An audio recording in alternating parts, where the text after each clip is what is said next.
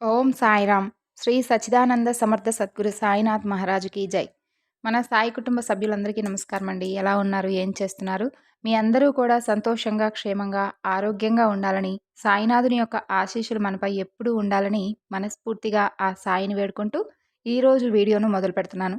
ఇక ఈరోజు వీడియోలో బాబాగారు మనకు తెలియజేయబోయేటటువంటి సందేశం ఏమిటి అంటే, బిడ్డ, ఎక్కువగా ఆలోచిస్తూ ఉన్నావు కదా, అయితే ఇది నీ కోసమే. తప్పకుండా నీవు తెలుసుకోవాల్సినటువంటి ఈ విషయాన్ని ఏమరపాటుతో వద్దు అనకుండా నీ మనసు ప్రశాంతంగా ఉంచేందుకు ఈ మాటలు బాగా పనికొస్తాయి. కాబట్టి తప్పకుండా వినమని బాబాగారు అంటున్నారు. మరి బాబాగారి సందేశంలో ఉన్నటువంటి పరమార్థం ఏమిటనేది తెలుసుకుందామండి. అంతకన్నా ముందు ఒక చిన్న రిక్వెస్ట్ ఫ్రెండ్స్. ఛానల్ను కనుక మొదటిసారి చూసేవారు మన ఛానల్ను సబ్స్క్రైబ్ చేసుకొని వీడియో కనుక నచ్చినట్లయితే లైక్ చేయడం మాత్రం మర్చిపోవద్దు. ఇక బాబాగారి సందేశం గురించి తెలుసుకుందాం. చూడమ్మా, ఎక్కువగా నీవు ఆలోచించేటటువంటి ఆ విషయం పట్ల రోజు రోజుకు కూడా నీ బాధ అధికంగా ఉంటుంది. బాబా, రోజులు, నెలలు, సంవత్సరాలు గడిచిపోతూ ఉన్నాయి, కానీ నేను నిన్ను అడుగుతున్నటువంటి కోరిక, నా సమస్య మాత్రం నా నుండి వెళ్ళిపోవడం లేదు. అందులో ఎలాంటి మార్పు లేదు. దేనికైనా కానీ ఒక రోజంటూ రావాలి. అలా వచ్చిన రోజు తప్పకుండా నీ ముందే ఒక గొప్ప లక్ష్యాన్ని నీకు పరిచయం చేస్తాను అని చెప్పి నీవే చెబుతూ ఉంటావు కదా బాబా. మరి ఇంకా ఎన్ని రోజులు బాబా? నీ మాట ప్రకారమే నేను ఎంతో సహనంతో ఎదురు చూస్తూ ప్రతి ఒక్కటి కూడా నిన్ను అనుసరిస్తూ వస్తున్నాను కదా. నీకు కూడా తెలుసు, నీవేమీ చూడకుండా అయితే ఉండవు కదా, అన్నీ గమనిస్తూనే ఉంటావు. ఈ సృష్టిలో ప్రతి ఒక్క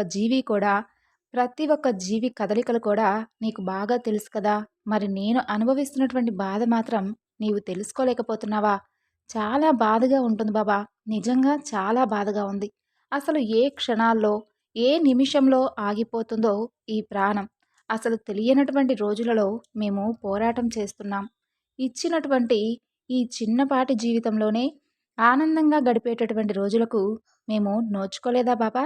ఇలా సమస్య తర్వాత సమస్య ఏదో ఒక రూపంలో మమ్మల్ని బాధిస్తూ ఉంటుంటే అన్నింటికీ ధైర్యంగా పోరాడుతూనే ఉంటున్నప్పటికీ, నన్ను నమ్ముకొని నా మీద ఆశలు పెట్టుకున్నటువంటి నా కుటుంబానికి నేను ఏదో ఒక సహకారం అందివ్వడం నా బాధ్యత.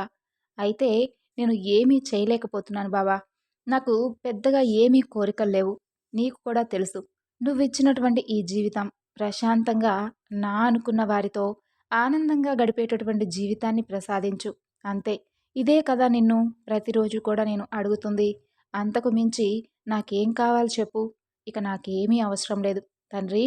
ఇందుకు నీ నుండి నాకు కావాల్సింది ఈ ఒక్కటే.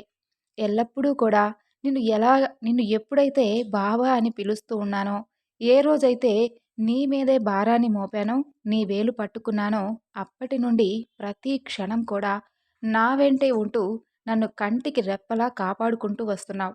నేను అందుకు కాదనను. అసలు నువ్వు లేకుంటే నేనెక్కడ బాబా? నేను ఎక్కడికి వెళ్ళినా అడుగడుగునా నీ రూపమే నాకు ఎదురవుతూ ఉంటుంది. నీకు అండగా నేనున్నాను బిడ్డా అని నువ్వు ఇచ్చేటటువంటి భరోసా చాలా గొప్పది బాబా. నిజంగా నీ దయలేనిది నేను ఈరోజు ఇన్ని సమస్యలు నాకు ఎదురవుతున్నా కూడా ఎన్నో ఒడిదుడుకుల నుండి నన్ను నేను కాపాడుకుంటున్నాను అంటే, అలాగే నా కుటుంబానికి కూడా ధైర్యం చెప్పగలుగుతున్నాను అంటే అందుకు కేవలం నువ్వే బాబా. అయితే ఇదంతా కూడా నువ్విచ్చినటువంటి ధైర్యమే. ఇక నాకేమీ అవసరం లేదు. నేను ఎన్నో రోజుల నుండి ఒక ఆశయం కోసం కష్టపడుతూ ఉన్నాను. అది త్వరగా సక్సెస్ అయితే నాలాంటి వారిని నాకు చేతనైనంతలో తప్పకుండా ఆదుకుంటాను. కానీ అది ఎప్పుడు అవుతుందో అని చెప్పి చాలా టెన్షన్‌గా ఉంటుంది బాబా. మధ్యలో ఎన్నో ఆటంకాలు ఎదురవుతున్నప్పటికీ దాని మీద నాకు చాలా హోప్స్ పెట్టుకున్నాను. నీకు కూడా తెలుసు. ఇక నీ దయ బాబా. నీ సమాధానం కోసం నేను ఎదురు చూస్తూ నా వంతు శ్రమ చేస్తూ ఉంటున్నాను. ఆ తరువాత నీ దయ. చూడు బిడ్డా, నీ కష్టం ఏదీ కూడా వృధాగా అవ్వదు. ఒకప్పుడు ఎలాంటి బాధ్యత లేకుండా ఉండేవాడివి. ఒక్కసారిగా బాధ్యతలన్నీ కూడా నీ తల మీద పడ్డాయి. కానీ వాటి గురించి నీకు ఏ మాత్రం అవగాహన లేకపోయినా అన్నింటినీ కూడా సమానంగా స్వీకరించావు. వేటిని చూసి నీవేమీ పారిపోలేదు. అలాగే తప్పించుకోవాలి అనేటటువంటి ప్రయత్నమూ చేయలేదు. అది నిజంగా గొప్ప విషయమే. ఎన్ని సమస్యలు ఎదురొచ్చినా ఒంటరి పోరాటం చేశావు. ఆత్మవిశ్వాసంతో ఎవరికీ లొంగకుండా, ఎవరినీ అర్జించకుండా నీకు ఉన్న దాంట్లోనే తృప్తిని వెతుక్కునేటటువంటి మనస్తత్వం నీది. నీలో నాకు నచ్చేటటువంటి ఎన్నో సుగుణాలు కూడా ఉన్నాయి.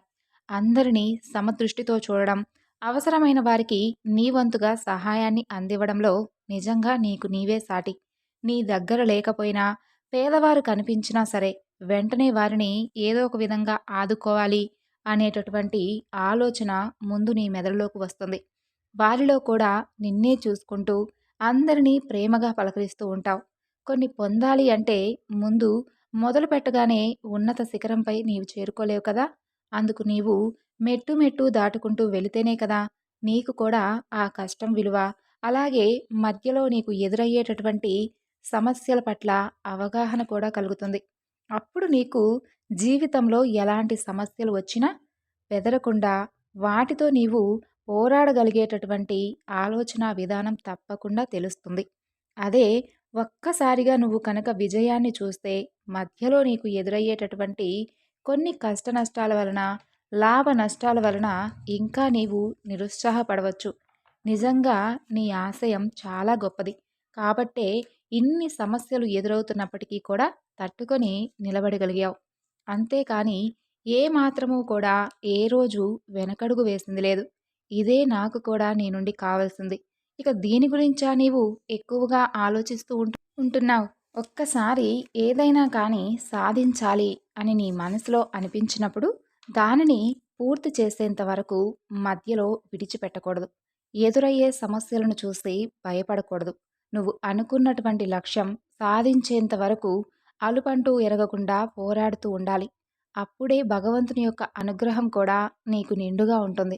అంతేకాని అసలు ఏం చెయ్యాలో అనేది నీలో నీకే నిలకడ లేకుంటే మాత్రం అప్పుడు తప్పకుండా నీ ప్రయత్నాలు అన్నీ వృధా అయిపోతాయి. ఎక్కడ మొదలు పెడతావో అక్కడే ఉండిపోతావు. నువ్వు చేరాలనుకుంటున్నటువంటి గమ్యం దగ్గరలోనే ఉంది. చూసావా? నా భక్తుడు ఎలా అయితే ఉండాలో, ఎలా అయితే ఆలోచించాలో, ఎలా అయితే నడుచుకోవాలో అవన్నీ కూడా నీలో పుష్కలంగా ఉన్నాయి. అవే నేను కూడా మీ నుండి కోరుకుంటున్నాను. తడబడకుండా నీవు చేయవలసినటువంటి శ్రమ అంతా కూడా చేసేసావు. భారం నాపై వేశావుగా, ఇక ఊహించనటువంటి అదృష్టాన్ని పొందేందుకు సిద్ధంగా ఉండు. నువ్వు అనుకున్నట్లే ప్రశాంతమైనటువంటి జీవితాన్ని నీ కుటుంబంతో పొందేటటువంటి ఆనందాలను తప్పకుండా అనుభవిస్తావు. నలుగురికి కూడా ఆదర్శప్రాయంగా నీ జీవితాన్ని గడుపుతావు. నువ్వు నీ కుటుంబం ఎప్పుడూ సంతోషంగా ఉండాలని ఈ సాయి నీ నుండి కోరుకుంటున్నాడు. సంతోషంగా ఉండండి. సో విన్నారు కదండి ఈరోజు బాబాగారు చెప్పినటువంటి సందేశం. ఈ సందేశం మీ అందరికీ నచ్చింది అనుకుంటున్నాను. నచ్చితే తప్పకుండా మరికొంతమందికి షేర్ చేయండి. మరొక చక్కని బాబాగారి సందేశంతో మరలా కలుసుకుందాం. అంతవరకు నమస్కారం. ఓం సాయిరాం. సర్వేజన సుఖినో భవంతు.